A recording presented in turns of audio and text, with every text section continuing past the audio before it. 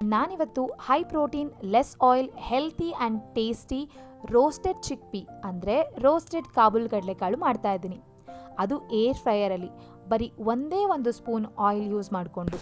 ನಾನು ಕಾಳನ್ನ overnight soak ಮಾಡಿ ಕುಕ್ಕರಲ್ಲಿ ಉಪ್ಪು ಹಾಕಿ 2 ವಿಷಲ್ ಮಾಡಿಸ್ಕೊಂಡೆ. ಯಾಕೆ ಕುಕ್ಕರಲ್ಲಿ ವಿಷಲ್ ಹಾಕೋಬೇಕು, ಸೋಕ್ ಮಾಡಿದ್ರೆ ಸಾಕಾಗಲ್ವಾ ಅಂತ ಅಂದ್ಕೊಳ್ತಾ ಇದ್ರೆ, ನಾವು ಕುಕ್ ಮಾಡ್ತಾ ಇರೋದು ಏರ್ ಫ್ರೈಯರಲ್ಲಿ. ಸೊ ಹಾಗಾಗಿ ಒಳಗಡೆ ಕಾಳು ಬೇಯೋದಿಲ್ಲ, ಆಚೆ ಕಡೆ ಕ್ರಿಸ್ಪಿ ಆದರೂ ಕೂಡ ಒಳಗಡೆ ಬೆಂದಿರಲ್ಲ. ಹಾಗಾಗಿ ಕುಕ್ಕರಲ್ಲಿ ಒಂದ್ಸಲ ಬೇಯಿಸ್ಕೊಳ್ಳೋದ್ರಿಂದ 2 ಕಡೆ ಬೇಯುತ್ತೆ. ಇಲ್ಲಿ ಬೇಯಿಸಿರೋ ಕಾಳನ್ನ ಸ್ಟ್ರೈನ್ ಮಾಡಿ ನೀರನ್ನ ಕಂಪ್ಲೀಟಾಗಿ ತೆಗಿಬೇಕು. ಏರ್ ಫ್ರೈಯಲ್ಲಿ ಕುಕ್ ಮಾಡುವಾಗ ಯಾವಾಗಲೂ ಆದಷ್ಟು ವಾಟರ್ ಕಂಟೆಂಟ್ನ ರಿಮೂವ್ ಮಾಡೋದ್ರಿಂದ ಚೆನ್ನಾಗಿ ಕುಕ್ ಆಗುತ್ತೆ.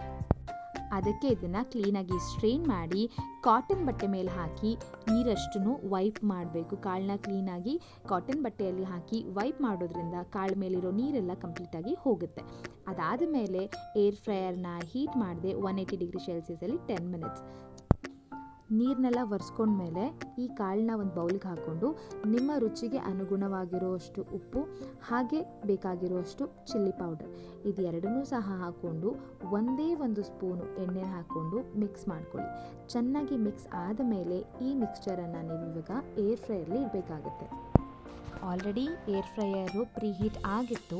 ಈ ಮಿಕ್ಸ್ಚರನ್ನ ತಗೊಂಡು ಇವಾಗ ಪ್ರೀಹೀಟ್ ಆಗಿರುವಂಥ ಏರ್ ಫ್ರೈಯರಲ್ಲಿ ಇಟ್ಟರೆ ಅದು 180 ಡಿಗ್ರಿ 20 ಮಿನಿಟ್ಸ್ ನಾವು ಹಾಕಿ ಏರ್ ಫ್ರೈ ಮಾಡಬೇಕು. ಇದು ಚೆನ್ನಾಗಿ ಕುಕ್ ಆದಮೇಲೆ ನಿಮಗೆ ಕ್ರಿಸ್ಪಿ ಆಗಿರೋ, ಹೆಲ್ತಿ ಆಗಿರೋ, ಪ್ರೋಟೀನ್ ರಿಚ್, ಅದು ಗಿಲ್ಟ್ ಫ್ರೀ ಆಗಿ ಮಾಡ್ಬೋದಾದಂಥ ಸ್ನ್ಯಾಕ್ ರೆಡಿಯಾಗಿರುತ್ತೆ.